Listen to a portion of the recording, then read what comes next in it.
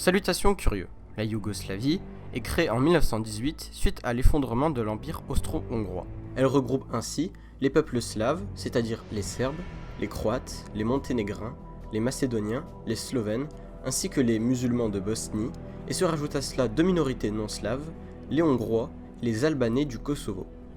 Ce premier ensemble s'effondrera en 1941 suite à l'agression de l'Allemagne nazie. Cependant, après la Seconde Guerre mondiale, un homme vint réunir de nouveau tous ces peuples. Il s'agit de Josip Broz Tito, plus communément appelé Maréchal Tito. Celui-ci réussit en 1945 à recréer un État fédéral sous le joug d'une répression politique forte. Seul le Parti communiste de Tito y était autorisé, et il en est d'ailleurs le chef sans interruption de 1945 à 1980. Sous son joug, les Yougoslaves doivent montrer une certaine forme d'unité, en laissant de côté leur nationalisme. Chaque citoyen dispose ainsi d'une nationalité yougoslave sur sa carte d'identité. À la mort de Tito en 1980, les anciennes tensions ethniques en Yougoslavie refont surface. Parmi les guerres se déroulant en Yougoslavie, on retrouve ainsi celle de Slovénie.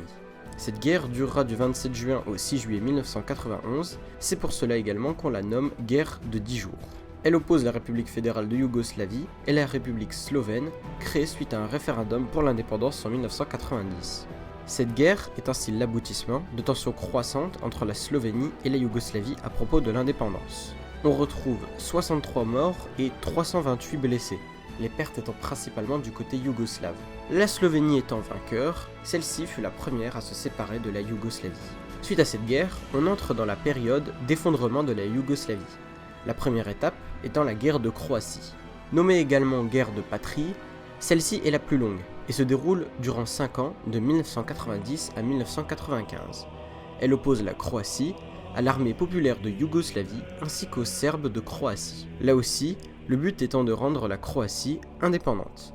Bilan, 20 000 morts et une victoire pour la Croatie, lui permettant de reprendre les territoires autrefois contrôlés par les rebelles serbes.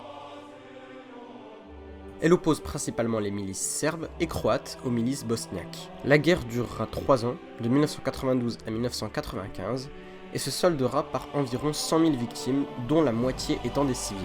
Cette guerre est par ailleurs le conflit le plus meurtrier en Europe depuis la fin de la Seconde Guerre mondiale.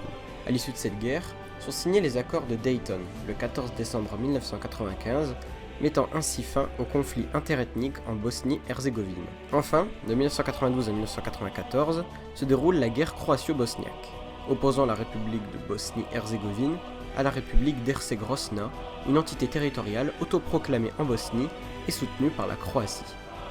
Cette guerre fera environ 10 000 victimes, et se soldera par les accords de Washington en mars et mai 1994, mettant fin aux tensions entre les Croates de Bosnie et les Bosniaques. Ainsi, on peut remarquer que lors de la période d'effondrement de la Yougoslavie, les guerres avaient au début pour but de conserver une unité yougoslave, avant de peu à peu dériver vers des guerres nationalistes. Merci d'avoir regardé.